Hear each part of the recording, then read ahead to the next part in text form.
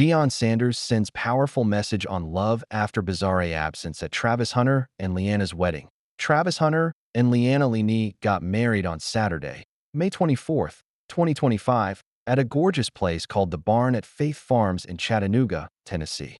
The 22-year-old rookie for the Jacksonville Jaguars tied the knot with his 23-year-old girlfriend, Leanna, surrounded by family and friends.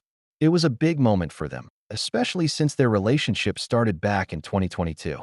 Their love story is pretty sweet. What began as an Instagram DM blossomed into a strong connection, and they got engaged in February 2024. Leanna has been by Travis's side through all his UPS, including winning the Heisman Trophy in 2024. Now, she's ready to support him as he kicks off his NFL career with the Jaguars. You may be surprised to learn that Deion Sanders, Coach Prime, the legendary mentor and coach of Travis Hunter, was unable to attend the wedding. Travis frequently refers to Deion as a father figure, and it is obvious that Coach Prime has been a gigantic guiding force in his life, both on and off the field.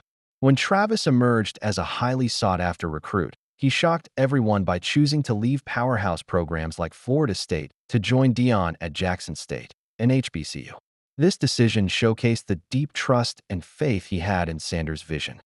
Although Deion could not be present physically to witness the wedding of Travis and Leanna, he ensured that he sent his love from afar.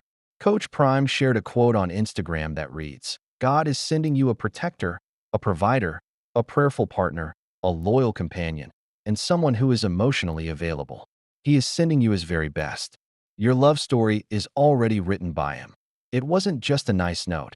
It was a powerful reminder of the love and partnership that Travis and Leanna are stepping into.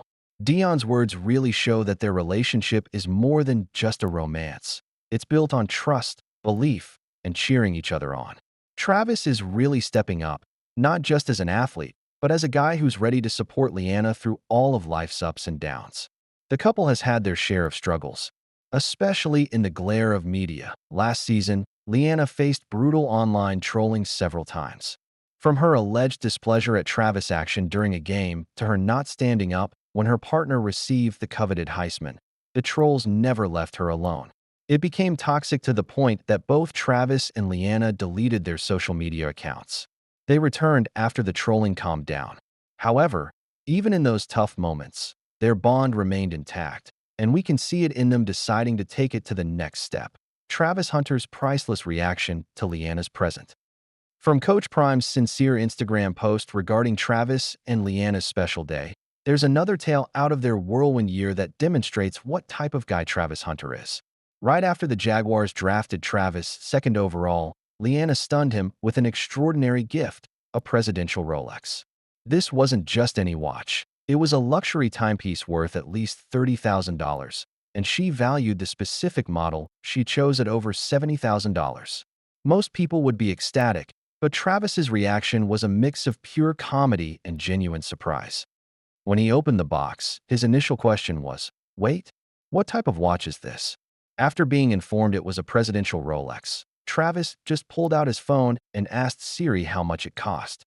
When he read the price on the tag, he just laughed and said, "I could have bought a new boat, but y'all just ain't give me the money. Why you just ain't give me a boat?" It was typical of Travis, unassuming, unpretentious, and never shy about laughing at himself. He explained that flashy presents aren't really his style, but he did genuinely value it as a good investment. And that's sincerely rather refreshing in a world where all too many players flash their fortune. Deion Sanders, Colorado, warned of major 6,535 yards threat from Powerhouse program, who missed out on pulling shocking SEC upset. Deion Sanders walked into 2025 like it's personal again, but somebody forgot to tell Vegas. While Colorado's finally back in the Big 12 and fresh off a 9-4 glow-up, they're opening as underdogs in their own crib. Why? Because the team on the other side is no cupcake. A program that nearly KO'd the SEC Kings in 8 overtimes is walking into Boulder, and they got a QB who's already dumped 6,535 yards on college football. If Coach Prime needs to be very careful, this opener might be the trap of the year that lets put a name to the madness. Haynes King, Georgia Tech's dual-threat demon, who cooked 2,701 yards last season and already got 51 career TDs under his belt. But what makes him a real nightmare? That 8 OT showdown against Georgia. Tech wasn't just hanging around. They were one busted play from flipping Athens upside down. King dropped over 300 total yards and 3 rushing TDs. Georgia barely survived, 44-42.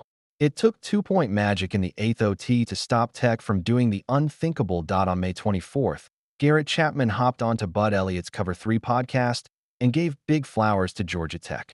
I mean, a lot of that has to do with the fact that you got Haynes King coming back. You have Jamal Haynes coming back.